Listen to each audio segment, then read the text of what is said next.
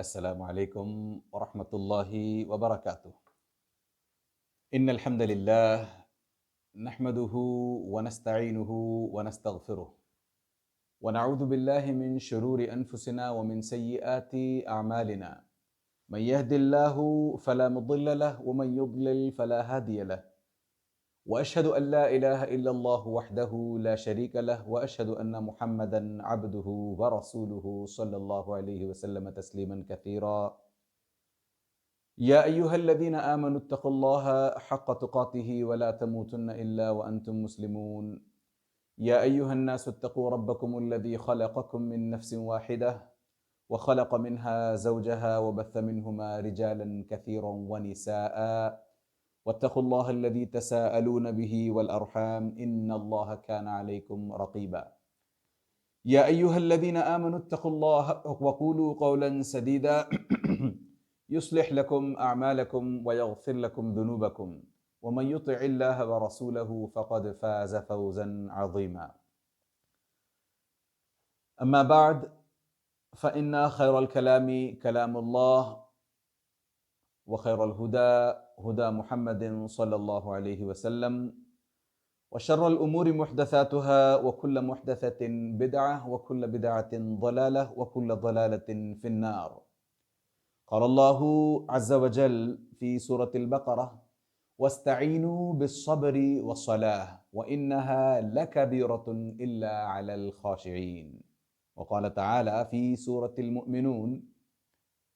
قد أفلح المؤمنون الذين هم في صلاتهم خاشعون. برادران و خواتین اسلام، آپ تمام کا آج کے اس درس میں، جس کا نام حصول خشوع کے ذرائع ہے، ہم آپ کا پرخلوص خیر مقدم کرتے ہیں۔ سب سے پہلے تو اللہ عز و جل کا بہت بہت بڑا احسان ہم پر کہ اللہ عز و جل نے نہ صرف ہمیں انسان بنایا بلکہ ہمیں مسلمان بھی بنایا، اور اس سے بھی بڑا احسان اللہ عز و جل کا کہ اس نے ہمیں توحید سکھلائی۔ پھر ہزارہا درود اور سلام ہو نبی کریم صلی اللہ علیہ وسلم پر، جنہوں نے خود اسلام پر چل کر یہ دکھلایا کہ زندگی اس دنیا میں کیسے گزاری جاتی ہے، اور اسلام پر چل کر ہم اپنا اس دنیا کا مستقبل اور اپنی آخرت کیسے سنوار سکتے ہیں۔ آج سے انشاءاللہ تعالی ہم آپ کے سامنے ایک ایسی سیریز لے آنے کا ارادہ رکھتے ہیں، اور اس پر ہم نے الحمدللہ کام کیا ہے، جو ہماری اپنی نمازوں کے تعلق سے بڑی ضروری بنتی ہے۔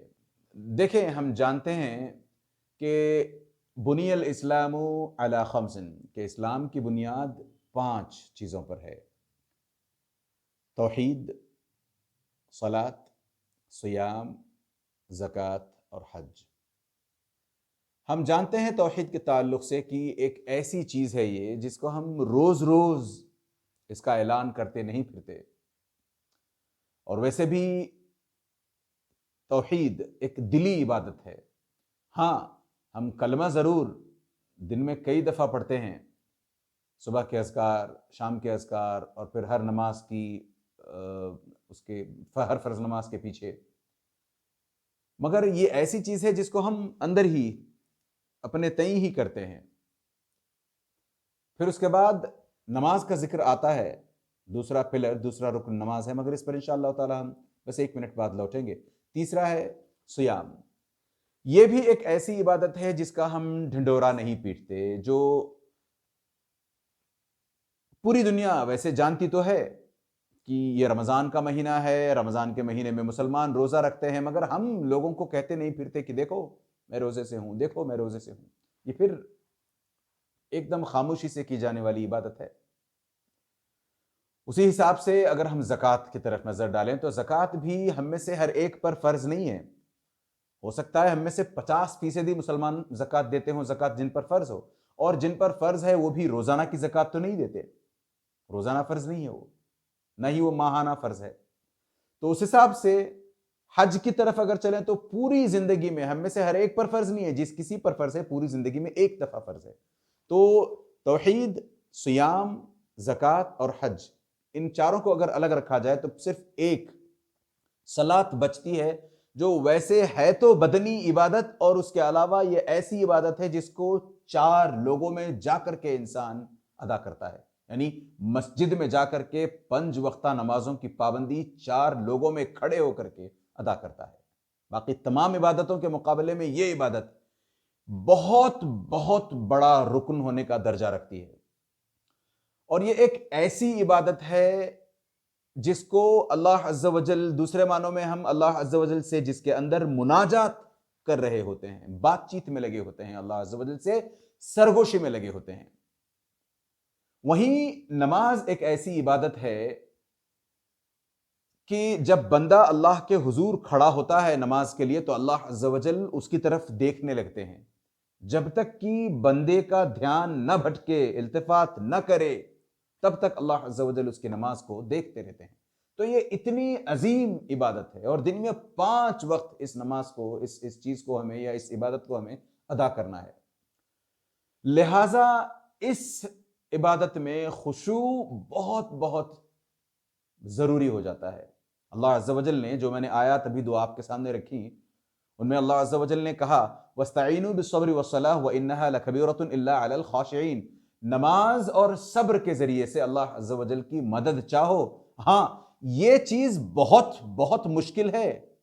سوائے ان لوگوں کے، یا سوائے ان لوگوں کے لیے جن کے اندر خشوع ہو، جو اللہ عز و جل کا خشوع رکھتے ہوں۔ تو ایک تو یہ آیت، دوسرے قد افلح المؤمنون الذین هم فی صلاتهم خاشعون، سورۃ المؤمنین کی، یا سورۃ المؤمنون کہہ لیں آپ اس کو، سورۃ المؤمنون کی شروع کی چند آیات اگر ہم تلاوت کریں، جس کی شروع کی 2 آیتیں میں نے پڑھی ہیں، کہ در حقیقت کامیاب وہ مومنین ہیں جو اپنی نمازوں میں اللہ عز و جل کا خشوع رکھتے ہیں، جو اپنی نمازوں میں خشوع دکھلاتے ہیں، خشوع رکھتے ہیں۔ اور آگے اگر پڑھتے جائیں آپ، اولئک هم الوارثون الذین یرثون الفردوس، اللہ عز و جل کہتے ہیں کہ یہی دراصل وارثین ہیں، کس چیز کے؟ وہ جسے فردوس کہا جاتا ہے۔ تو اس سے صاف ظاہر ہے، اور شیخ الاسلام امام ابن تیمیہ رحمہ اللہ لکھتے ہیں کہ ان 2 آیات کی روشنی میں، اور پھر اگر آپ وہ سورۃ الاحزاب والی آیت بھی لے لیں، ان المسلمین والمسلمات والمؤمنین والمؤمنات، اس میں والخاشعین والخاشعات، یعنی خشوع رکھنے والے مرد اور خشوع رکھنے والی عورتیں، اعد اللہ لهم مغفرۃ واجرا عظیما، اللہ عز و جل نے زبردست اجر کا اور اس سے پہلے مغفرت کا وعدہ کر رکھا ہے۔ تو یہ ان آیات کی روشنی میں شیخ الاسلام امام ابن تیمیہ رحمہ اللہ فرماتے ہیں کہ خشوع نمازوں کے اندر دوسرے معنوں میں واجب ہو جاتا ہے، اتنا ضروری ہے خشوع ہمارے لیے، اپنی نمازوں میں ہم خشوع برپا کریں یا برقرار رکھیں۔ اور ہم ہیں، خصوصاً ہم جس دور میں رہتے آئے ہیں، اگر ہم کسی سے کہیں کہ ہم جب نماز پڑھ رہے ہوں تو ہمیں ریکارڈ کرے ہماری لا علمی میں، اور ہم اس نماز کو دیکھیں، تو ہمیں خود پتہ چلے گا کہ ہماری اپنی نمازوں میں اگر کچھ نہیں ہے تو خشوع نہیں ہے۔ نہ ہم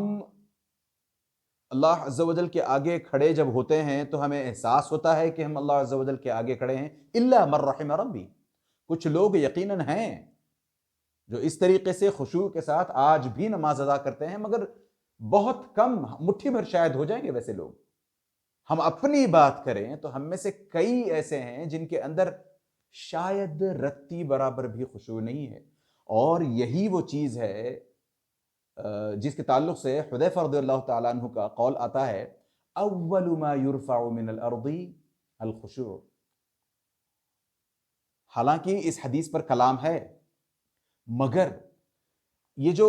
خشوع کی بابت حذیفہ رضی اللہ تعالیٰ عنہ نے بات کہی نا، اول ما یرفع من الارض الخشوع، کہ خشوع ایک ایسی چیز ہے جو سب سے پہلے زمین سے اٹھا لی جائے گی۔ اور آج جیسے میں نے کہا، ہم اپنی نمازوں کو اگر غور کر کے دیکھیں کہ ہم نے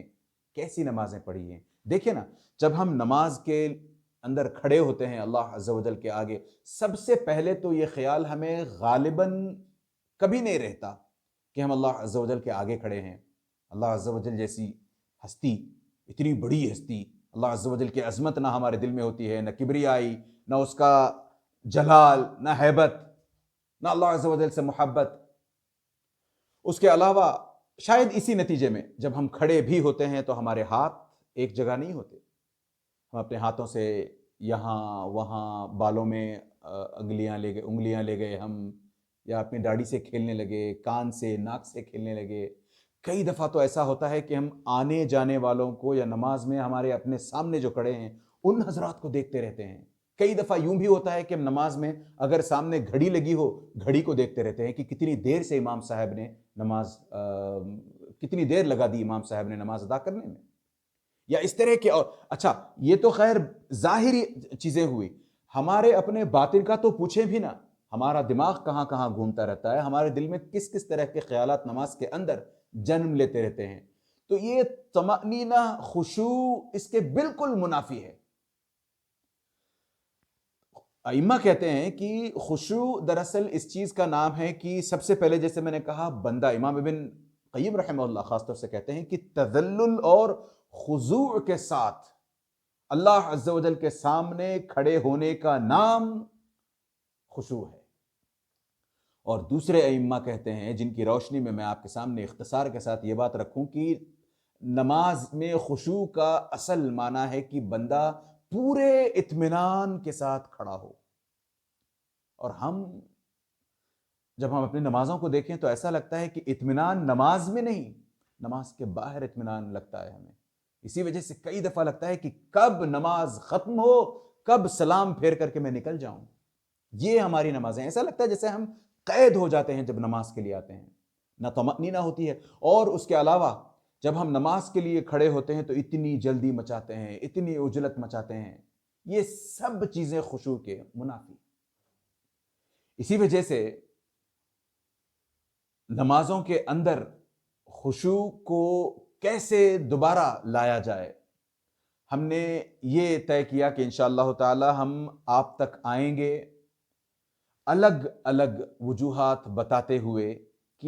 یا الگ الگ اسباب بتاتے ہوئے کہ جن کے چلتے انشاءاللہ تعالی ہماری اپنی نمازوں میں دوبارہ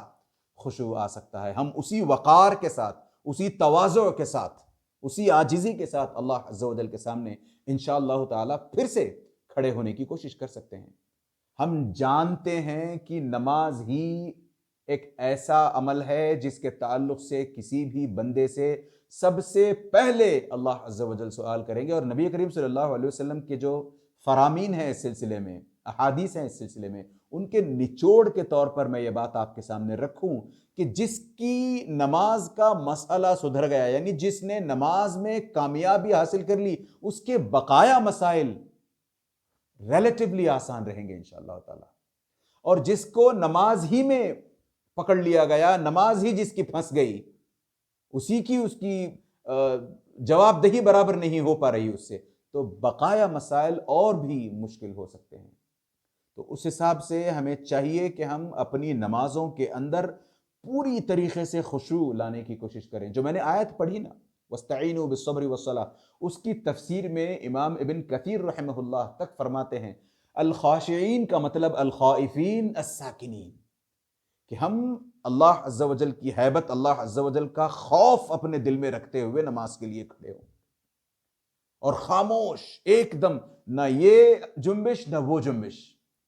ہاتھ پیر نگاہیں نظریں سب نیچے۔ اور امام ابن تیمیہ رحمہ اللہ نے، جیسے میں نے بتایا،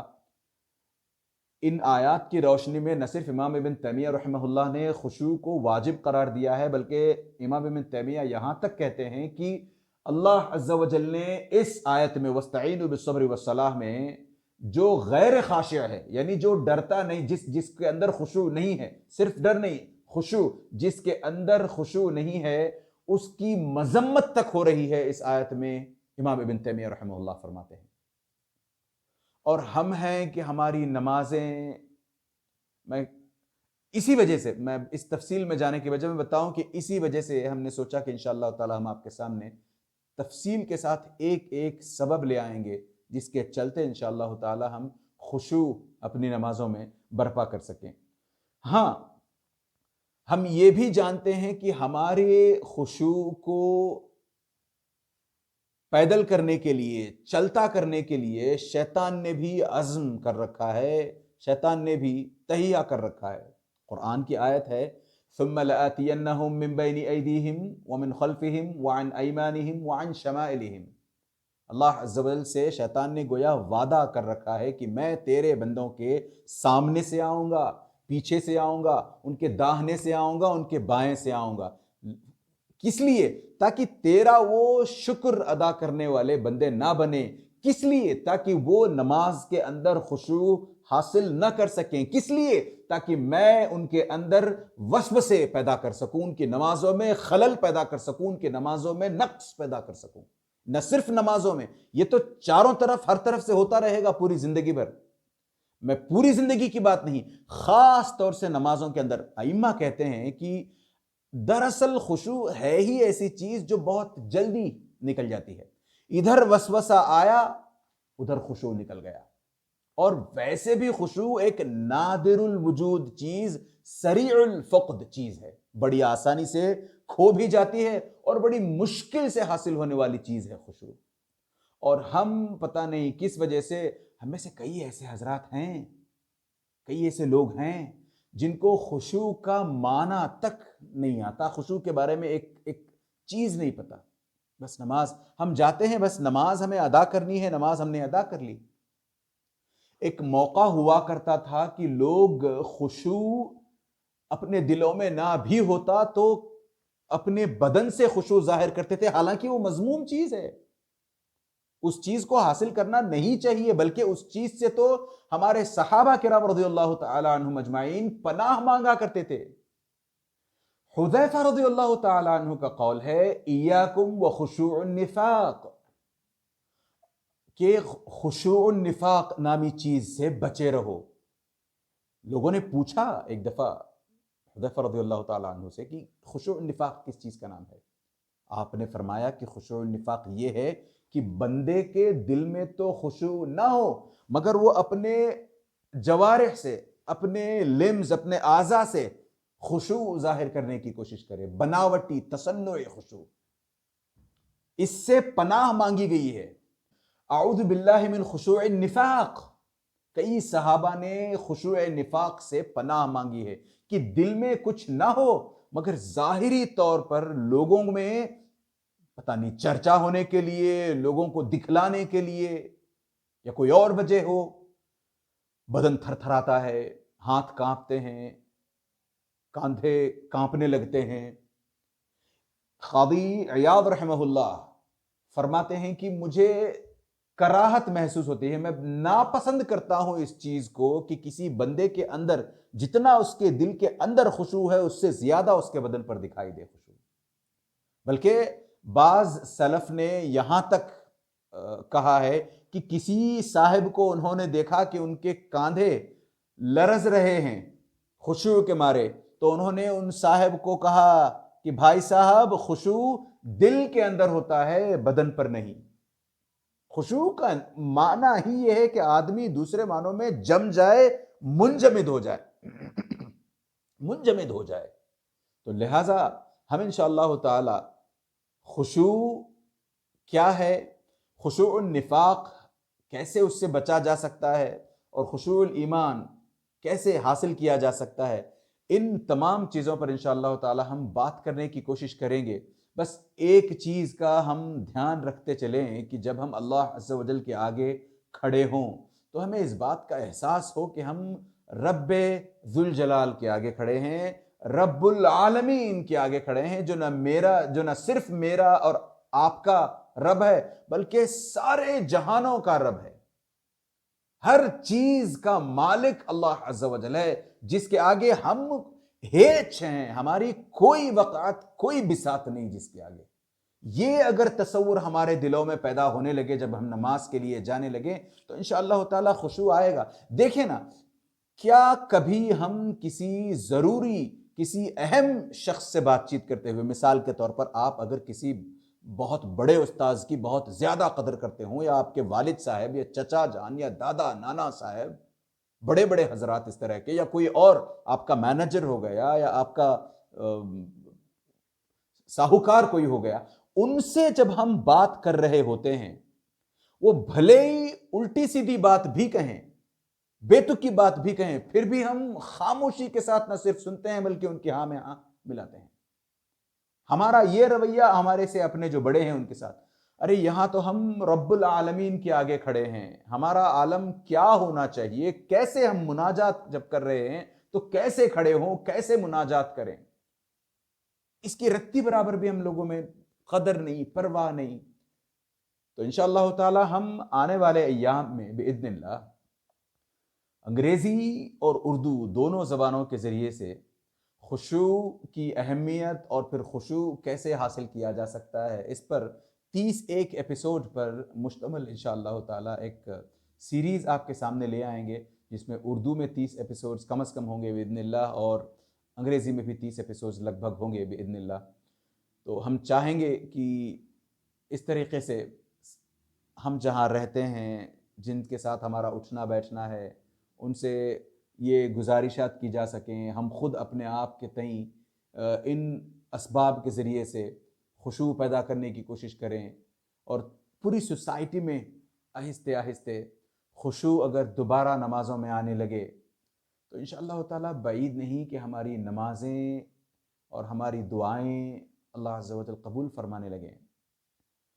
اور جیسے ہم نے کہا کہ اردو والے ایپیسوڈز انشاءاللہ تعالی طاق تاریخوں پر نشر کیے جائیں گے، اور انگریزی والے ایپیسوڈز باذن اللہ جفت تاریخوں پر نشر کیے جائیں گے باذن اللہ۔ اور ہم لائیو تو نہیں جائیں گے انشاءاللہ، ہم بس جیسے ہی کوئی ویڈیو ہو فلاں فلاں دن، اس ویڈیو کو ہم بس اپنے اس یوٹیوب چینل پر اپلوڈ کریں گے، اور حتی المقدور لوگوں میں اس چیز کو عام کرنے کی کوشش کریں گے۔ خصوصاً یہ سیریز جو ہم نے آپ کے سامنے لانے کی سوچی ہے، اس کا بہت بڑا شرے اس کے لیے ہم ممنون ہیں فضیلت الشیخ محمد صالح المنجد حفظہ اللہ کے، کہ انہوں نے ایک کتاب لکھی ہے جس میں الگ الگ اسباب ذکر کیے ہیں جن کے ذریعے سے خشوع نمازوں کے اندر حاصل کیا جا سکتا ہے۔ تو اللہ عز و جل سے دعا کریں کہ اللہ عز و جل ہماری نمازوں کے اندر خشوع پیدا فرمائے، اور ہمیں خشوع نفاق سے بچائے، اور ہماری تمام نمازیں اللہ عز و جل شرف قبولیت سے نوازے، اور اللہ عز و جل جب تک ہمیں اس دنیا میں رکھے نمازوں کا پابند بنا کر رکھے، اور ہمارا خاتمہ